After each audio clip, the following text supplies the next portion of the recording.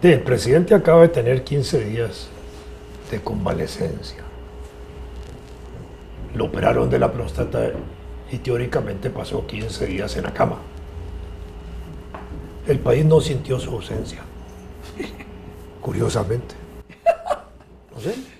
Había un presidente a cargo del país, sí, claro. El vicepresidente. El vicepresidente Elio Fallas, cuando fue ministro de Educación, de Vivienda, de Abel Pacheco, había hecho un proyecto muy interesante sobre construcción de viviendas en Costa Rica y había modelado 3 tipos de viviendas para distintas regiones. Entre otras, propuso para zonas de inundaciones y de costas viviendas montadas sobre pilotes, como se hacían antes. Como se hacía antes. La bananera. Había establecido en su diseño de viviendas que debían tener 2 y 3 cuartos para evitar agresión doméstica y separación de niños y niñas y matrimonio. Las cosas mínimas básicas, que es muy interesante. Y esos proyectos de vivienda que estaban pensados para zonas indígenas, para zonas costeras, para zonas urbanas, etcétera, no se desarrollaron, curiosamente. Y hemos tenido, con estos últimos desastres naturales, la evidencia de que son necesarias, claro, las construcciones de este tipo. ¿Por qué no se ha hecho eso en el Estado si desde hace 14 años más o menos ya se habían hecho diseños muy importantes, estructurales, para resolver problemas de vivienda? Y además, en algunas zonas por las culebras y todo eso que también pero estaba si sobre ahora pilotes. es vicepresidente y ministro de Hacienda, ¿por qué no reiteró ese planteamiento? Bueno, porque tal vez tiene otras preocupaciones, pero ese es el ministro de Vivienda. Pero sí, lo que digo es que en relación a estos últimos problemas que han habido de inundaciones, se pone en evidencia la necesidad de atender la construcción de vivienda en ciertas regiones con ciertas características, como se hacía antes. Sí, esa es una pregunta que uno se hace constantemente. Cuando yo era Huila, yo iba a Siquirres, por ejemplo. Todas las casas eran ahí, todas. Sí, a la zona. En Limón también. Y sí, lo normal era que las casas estuvieran sobre pilotes. Sí, al principio uno, como niño se pregunta, ¿por qué? Pero claro, a uno le daban respuestas facilonas, como por ejemplo, para que debajo coman los chanchos o cosas de ese tipo, nada que ver. El pero punto vos está... sabes que la impresión que tengo yo es que era influencia en aquel entonces de las compañías que sembraban el abacá, por ejemplo. Entonces todos los trabajadores, ellos construían esas viviendas así. Y quedó la costumbre. No sé si será... Pero yo me pregunto cómo... pero eso no fue influencia de compañías extranjeras. Yo creo que las compañías extranjeras lo adoptaron eso. Es posible. Sobre la tradición que había de construir así, porque vieron que eso era lo correcto. Sí. Porque nosotros lo que tenemos son inundaciones de ríos, más que inundaciones de mar. Los naturales, digo, a veces no sé si digo aborígenes o los americanos originales, de algo se habían dado cuenta de eso. ¿De dónde viene el nombre de Venezuela? De Venecia chiquita. Una Venecia chiquitita, es por una región en Venezuela donde se construyen las casas sobre pilotes. Palafitos, así lo llamamos. Es el término que dicen los indígenas que construyen vivienda dentro del mar y dentro de las aguas. Sí. Palafitos. Y es muy interesante. Yo conocí...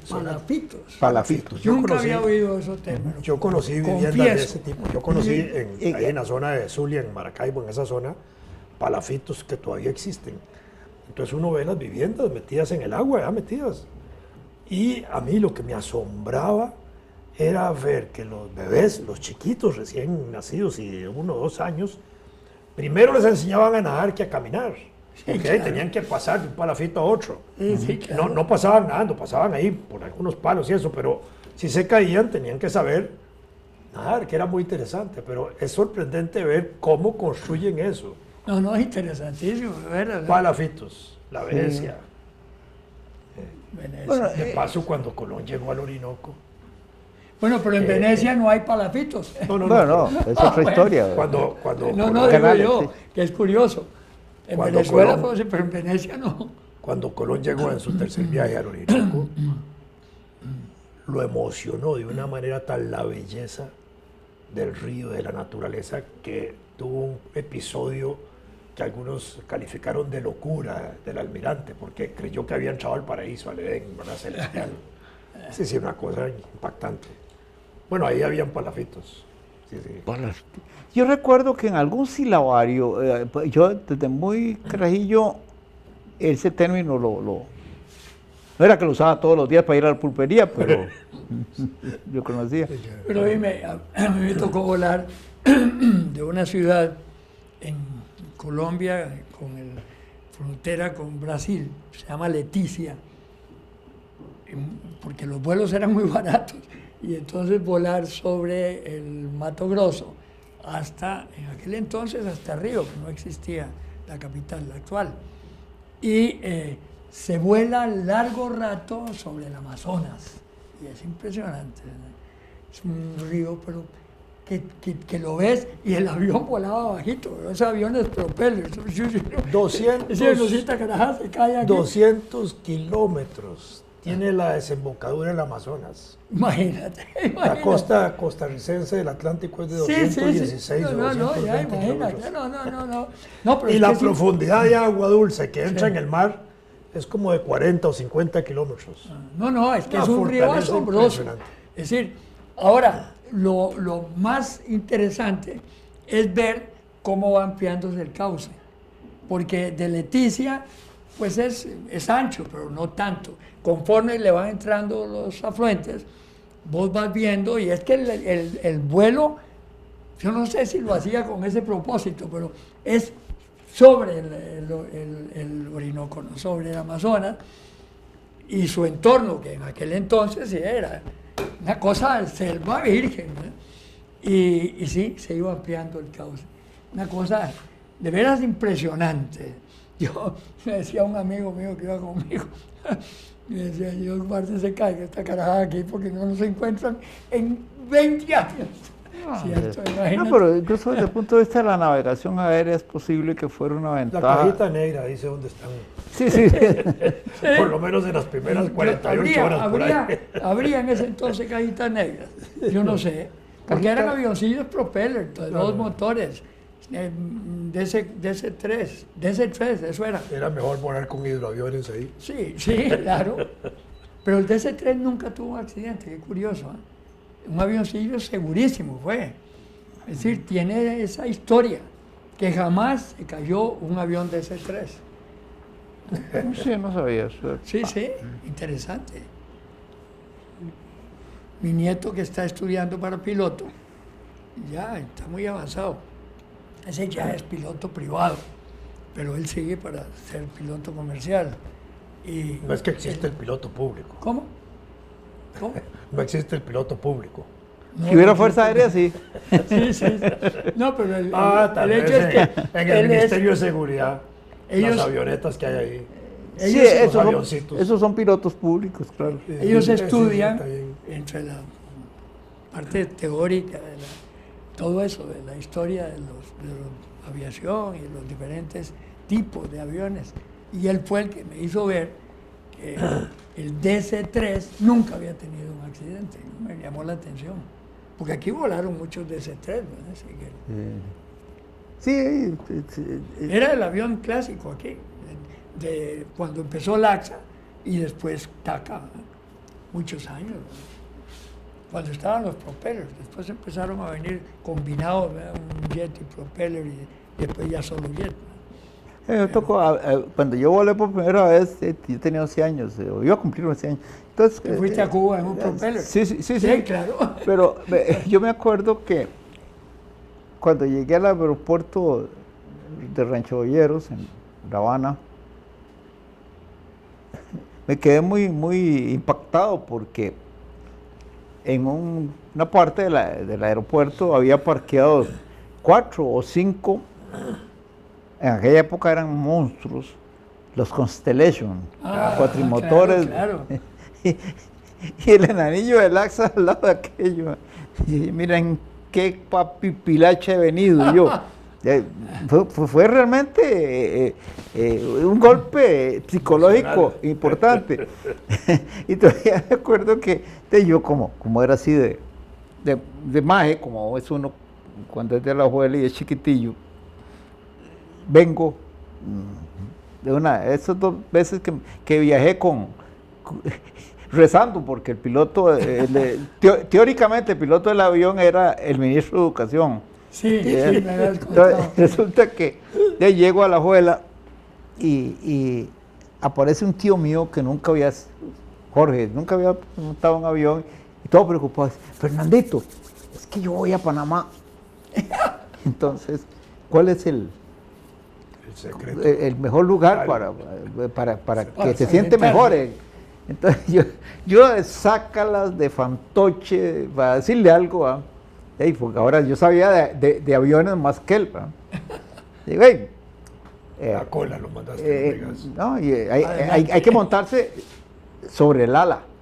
Bueno, se va y vuelve. Fernandito, vos sí que sos jetón. Ese avión es solo ala. Entonces, todo quedaba sobre el ala. Qué vergüenza, no había hecho nada. Dicen que la parte más segura de los aviones es la cola. Sí. Pero ahora se ha determinado que es falso eso. Bueno, a mí me lo dijo una persona que sabía de aviones y que no, yo siempre volaba, siempre procuro, salvo cuando volaba de una empresa de gratis muy en primera. en América, que volaba con mucha frecuencia. Y un día le pregunté eso y me dijo, no, la parte más segura es la cola, pero obviamente él no volaba en la cola, él volaba en primera, que es adelante. Pero decía que esa era la parte más segura, ¿verdad? Eso del ala, me parece que es interesante porque las puertitas de escapatoria de los aviones están a la par del ala. A la par del ala, sí. Incluso, desde el punto de vista del asiento, escoger el asiento que va ahí da un margen de espacio mayor para las piernas.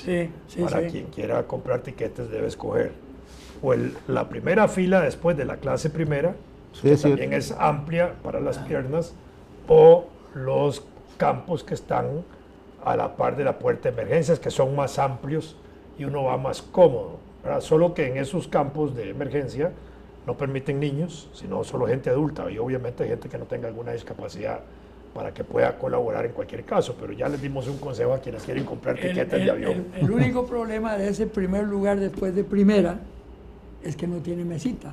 Le ponen a uno. No, ahora vienen con los mangos. Ya vienen. Viene incorporada en el. Pero hay un pero que yo conocí. Antes venía al frente, se bajaba. Sí. Yo conocí porque a mí me tocó hace un tiempillo volar en un vuelo transatlántico invitado por mis hijas. Y entonces ellas se encargaron de todo y me escogieron. Eso es lo bonito cuando los hijos lo invitan a uno. Sí, Fernando. Va uno con toda la pata. Y ya me dieron todo el paquete, un asiento de esos. Sí, claro. Muy bien. Y entonces yo dije, mira, claro, ahora son esas 11 horas y pico, me la paso durmiendo. Pero nadie me advirtió una cosa, que también a otra gente es previsora en ese sentido y iban 2 jóvenes señoras con niños lactantes y claro, a ellas les pegan unas cunitas. Sí, claro. El asunto es que entonces, se imagina. Por dicha no llevaban perros, que ahora se pueden subir al avión. Sí. En jaula, una bolilla. Entonces yo no sé qué decir de la experiencia, porque, claro, eran muy graciosos los chiquitos ahí. ¿Por cuántas horas? Eso es que ese es el problema. Yo estoy muy lejos de ser, ¿cómo se llama? Aquel rey Herodes, pero sí, el momento, y claro, todo el ajetreo de niños lactantes que hay que estarles trayendo cosas, todo. No, sí. Yo iba a pasar toda clase de cosas así con. Sí. Era muy simpático. A mí me tocó, de veras. Bueno, eso porque estabas en el extremo izquierdo del asiento. Si hubieras estado en la ventana no te molesta. No, pero es que eran los del centro. Por eso, sí, que claro. esos aviones bueno, sí. Son 3 filas de asientos, sí, Claro, cierto. que sí, entonces en esa yo iba pasillo, pero aquí Sí, sí. estaba todo, y claro, como te digo, era una guardería lo que era. Digo, a mí me tocó, por suerte, durante Ahorita no descubrieron que vos muchísimos- eras escritor de cuentos infantiles. muchísimos años Para habernos entretenido durante 8 horas de viaje. Siempre. que no pagaba, entonces volaba en primera. Siempre, durante años, que estuve en ciertos cargos o en la ODECA o en la Naviera Multinacional del Caribe, estuve 14 años ahí. Y entonces todos mis vuelos, que fueron muchísimos a Europa, pues teníamos que andar negociando barcos y tal. Y me malacostumbré. Sí, Porque sí. después ya te ponen las piernas y yo me dormía ahí, si eran camas, ¿verdad? Una cosa, o me iba arriba al bar. No, es otra cosa, es otro mundo. Al final a uno le da perecilla tener perdí. que montarse en esas. Ah, Ahora estaba viendo el avión más grande que existe realmente de pasajeros, que es uno de esos monstruos. monstruos que puede llevar 800 y pico de pasajeros, digo yo, pero chica. claro, solo hay 20 pistas en el mundo que los Claro, que claro. sirven, entonces, bueno, yo no sé, por dicha, no está en Costa Rica, pero 800 Rusia, personas. no, El Antonov. Ulyanov, Antonov, Antonov. que es enorme. Ah, bueno, pero, El avión Antonov era uno de los, no sé si habrá uno más grande que ese, era uno de los aviones, digámoslo así, uno de los aviones más gigantescos. Sí, del así mundo. es. el más largo que hay, Y que además tenía una capacidad de aterrizaje en pistas muy cortas. eso es cierto. ¿verdad? Sí, sí, Aquí, sí. aquí me Y que contaban habían así esos- como 900 personas, era una En- locura de gente. en el aeropuerto aquí de Santa María aterrizó una vez que fue alquilado por uno de esos rockeros que vienen de vez en cuando a Costa Rica. Hey, para eso lo tienen los rusos, para alquilarlo para cosas especiales. Parece que solo hay un ejemplar construido. Uno. Sí. Pero pues yo lo he oído. Entonces lo llevan a la constantemente. Feria de París y a todos lo andan exhibiendo, sí, por todos lados. Es enorme, es una cosa así. Es portentoso, pero ese otro es que es un Boeing como 10.500, ¿verdad? Es una monstruosidad que dice uno, ¿cómo puede pensar uno en meterse en una Ciudad. multitud de 800 Una ciudad volante. a 10.000 metros de altura? No, pero a veces, bueno, con los que hemos tenido la dicha de viajar, digámoslo así, a veces nos ha tocado viajar en aviones muy grandes. Yo recuerdo que una vez yo viajé en un avión que debía tener una capacidad como para 320 personas. Y era impresionante porque la estructura Tres interna, filas, ¿verdad? la estructura interna del avión son 3 filas. Sí. Las 2 laterales eran de 3, creo que era, pero la del centro era de 11 o 12 personas. Sí, enorme. Es horrible. Era una locura aquello, ¿verdad? Y después largo, hasta no decir, ¿verdad? Sí, sí. Y va así apretado, lleno de gente. Sí. Porque eso va a copo lleno. Y se siente uno ahí medio incomodón con tanta gente. No porque sea más selecto, sino porque uno va como, se siente uno como en sardina, aquella cosa, a pesar de que uno puede ir con cierta comodidad en los asientos. Pero Ese 320 era un montón Siempre de gente. subsiste, debe ser por estar en el aire, ¿verdad? Un poquito de temor. A mí todavía, después de años de volar, siempre voy con cierto temor. sobre ¿Pero todo cuál es con el temor? tiempo. ¿Ah? ¿Cuál es el temor? No sé. Que estalle el avión. No, que se caiga. Esa es bueno, la ahí. idiotez, ¿verdad? Y Se es cae. que cuando hay mal tiempo es una cosa tremenda, ¿verdad? Que es lo peligroso para los aviones, cuando se meten, como le llaman a los pilotos, a la sopa, pensando que pueden economizarse tiempo y se meten a una de esas nubes, un cúmulo nimbo, ¿verdad? Y que ellos del carajo. Pero sí, no sé, yo por lo menos no he superado eso. Y no es miedo, es, precaución. no sé, es cierto, Ganas de vivir. cierto respeto, cierta... la verdad que no lo puedo explicar. Porque he volado como loco, me ha Es que tocado además volar. ahí uno no tiene alternativa. Nada. No hay. Y es que yo volaba en unos Si el aviones, avión va en caída, no hay nada que hacer. los aviones de ese 4 que tenían la Aunque para volar a Golfito. No, parece ser. Le ponían un candado por fuera. No, hombre. No, Sí, eso no puede ser. Por ¿Quién lo abría? ¿Y quién lo abría? cerraba y ponía un candado. No, Así que bueno. quedaban listos ahí adentro. Ahora, no sé, me parece haber leído que cuando un avión va en picada ya en caída, ¿verdad? Como va descompresionando violentamente, la gente pierde la conciencia por los cambios bruscos de la velocidad y la altura que se va perdiendo, además porque el avión se descompresiona. Entonces, al perder la conciencia en el estrellazo, nadie se da cuenta, la verdad. O sea que Esa parte no la sabía, Por eso es para que viaje tranquilo. Sí, no, ya. Muchas gracias. El golpe ocurre después de la anestesia. Así que ya puedes viajar tranquilo, no te preocupes. Bueno. Qué raro. Ustedes sí viajan si uno viaja- tranquilos. Dice que aterricen porque se está mareando la... Porque a 10, 11 Vos viajas tranquilo, ¿no? Sí, yo Pues sí. sí, yo, sabes que yo, ya... Yo sí. Y a mí me tocó viajar en todos los chécheres del mundo, ¿verdad? Y sin embargo, siempre no sé, es una cosa atávica. Incluso en una ocasión me tocó allá en Golfito escoger quién se venía en una pipilacha, que le decían la pipilacha, por cierto. Sí. Y decidí que yo me venía. Pero eso, cuando ya estuve montado, le dije tenía un apodo muy divertido ese. Pues maestro, vea, pero no nos metamos por la montaña. Y dice, no, ahora va a ver. Y de veras nos venimos por la costa y después sobre encima de la carretera. Fue muy, pero claro, pues, pero lo más bonito porque efectivamente todo cabotaje y después entrar por la carretera.